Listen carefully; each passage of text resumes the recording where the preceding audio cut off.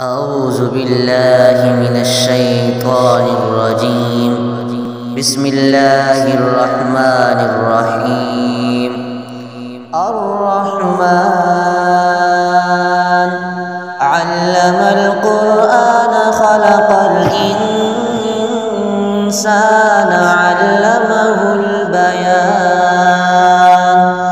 الشمس والقمر بحسبان والنجم والشجر يسجدان والسماء رفعها ووضع الميزان ألا تطغوا في الميزان وأقيموا الوزن بالقسط ولا تخسروا الميزان والأرض وضعها للأنام فيها فاكهة والنخل ذات الأكمام والحب ذو العصف والريحان. فبأي آلاء ربكما تكذبان؟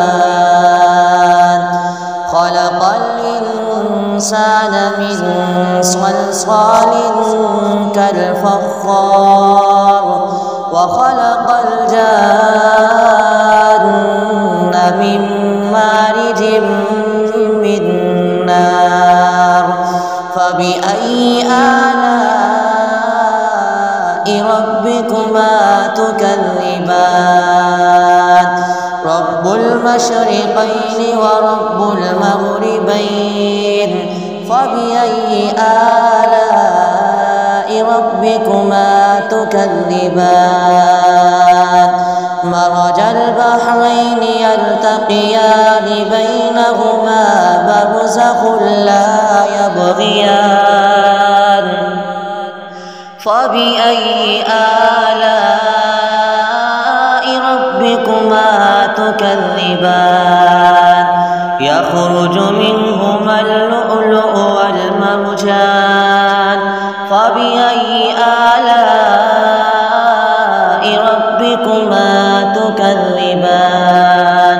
وله الجوار المنشآت في البحر كالأعلام. فبأي آلاء ربكما تكذبان؟ كل من عليها فان ويبقى وجه ربك ذو الجلال والإكرام. فبأي آلاء ربكما تكذبان؟ يسأله من في السماوات والأرض كل يوم هو في شأن. فبأي آلاء ربكما تكذبان؟ سنفرغ لكم أيها الثقلان. فبأي آلاء ربكما تكذبان؟ يا معشر الجن والإنس إن استطعتم أن تنفذوا من أقطار السماوات والأرض فانفذوا لا تنفذون إلا بسلطان. فبأي آلاء ربكما تكذبان؟ يرسل عليكما شواظ من نار ونحاس فلا تنتصران. فبأي آلاء ربكما تكذبان؟ فإذا انشقت السماء فكانت وردة كالدهان. فبأي آلاء ربكما تكذبان؟ فيومئذ لا يسأل عن ذنبه إنس ولا جان فبأي آلاء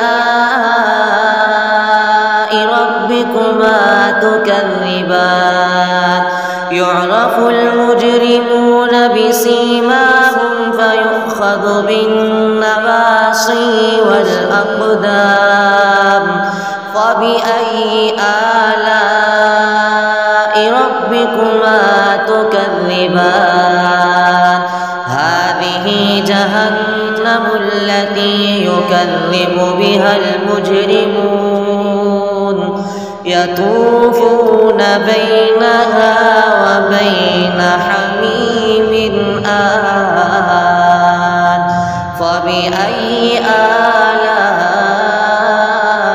ربكما تكذبان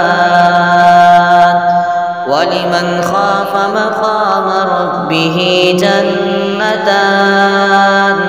فبأي آلاء ربكما تكذبان ذواتا أفنان فبأي آلاء ربكما تكذبان فيهما عينان تجريان فبأي آلاء ربكما تكذبان فيهما من كل فاكهة زوجان فبأي آلاء ربكما تكذبان متكئين على فرش بطائنها من استبرق وجنى الجنتين دان فبأي آلاء ربكما تكذبان فيهن قاصرات الطرف لم يطمثهن إنس قبلهم ولا جان فبأي آلاء ربكما تكذبان كأنهن الياقوت والمرجان فبأي آلاء ربكما تكذبان هل جزاء الإحسان إلا الإحسان فبأي آلاء ربكما تكذبان ومن دونهما جنتان فبأي آلاء ربكما تكذبان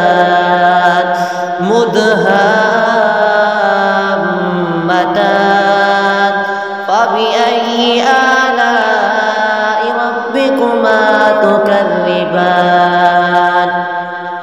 فيهما عينان نضاختان فبأي آلاء ربكما تكذبان فيهما فاكهة ونخل ورمان فبأي آلاء ربكما تكذبان فيهن خيرات حسان فبأي آلاء ربكما تكذبان حور مقصورات في الخيام فبأي آلاء ربكما تكذبان لم يطمثهن إنس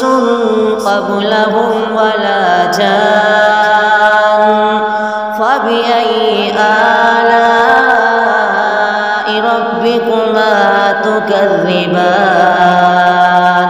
متكئين على رفرف خضر وعبقري حسان فبأي آلاء ربكما تكذبان تبارك اسم ربك ذي الجلال والإكرام.